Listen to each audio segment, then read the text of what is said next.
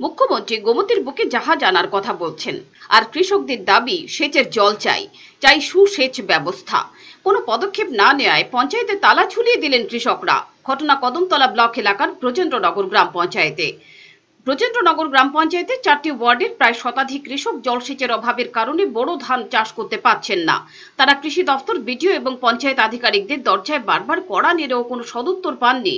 2 মাস ধরে মাটিয়াছড়ায় বাঁধ নির্মাণে চলছে তালবাহানা। দিশেহারা হয়ে কৃষকরা তালা দিয়ে দেন পঞ্চায়েত অফিসে।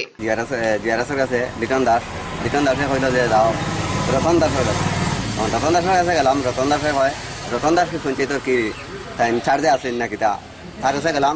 এ হয় ফ্যামিলি রেস্টুরেন্ট নামও নাই, এই ধরনের তারা বার্তা দেয়।